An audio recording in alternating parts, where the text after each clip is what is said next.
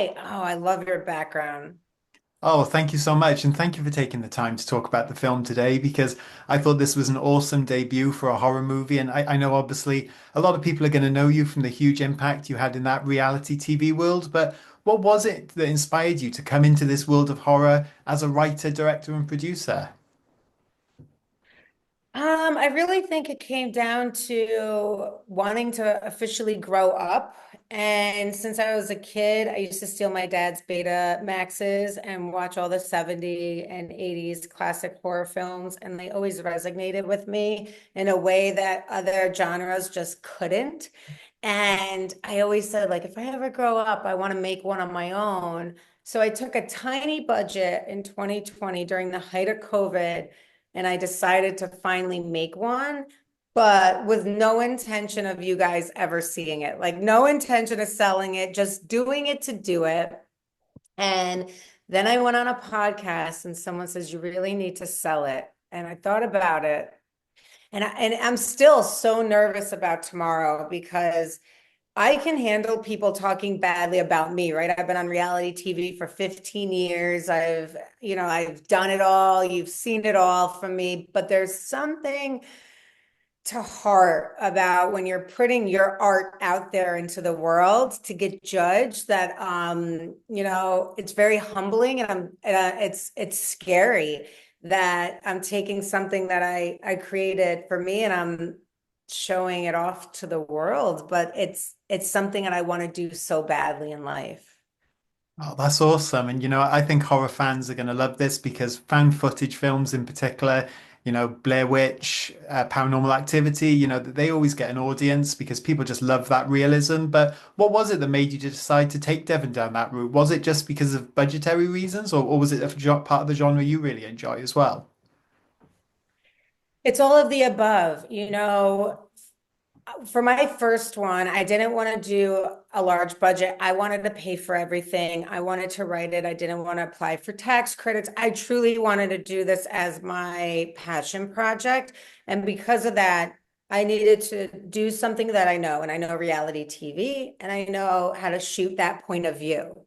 So even though found footage isn't necessarily reality, we shoot the same way. You shoot and you go. So I made a very loose script and I based a lot of it on the cast's emotions in real time.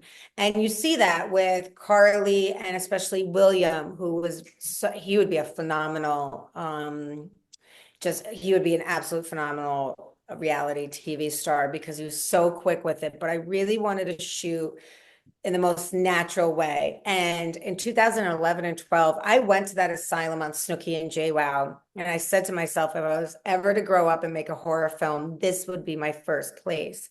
And I thought, because of the location, because of Jersey Shore, and because of how I knew how to film, I knew that found footage was the way to do it, to tell the story, I also am obsessed with psychological thrillers. I think that's what made Blair Witch and Paranormal. There was nothing sticky or slasher or violent about those movies. It was all just mentally terrifying. And those are the movies I resonate the most with. And I also actually love the fact that it was so low budget because low budget really means you have to have all hands on deck to figure out the best way to make something scary without spending the money.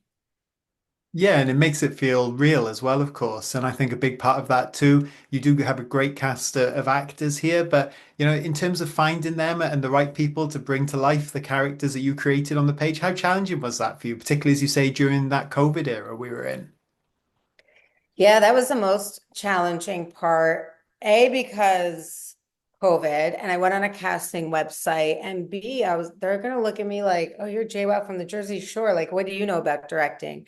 So for them to trust me, um, so I took like a bunch of small scripts and I would send them out and I would have them do their, little take of it and send it back. I would like play a mom that just lost a child or, play someone that just was in recovery. And we narrowed it down to those five.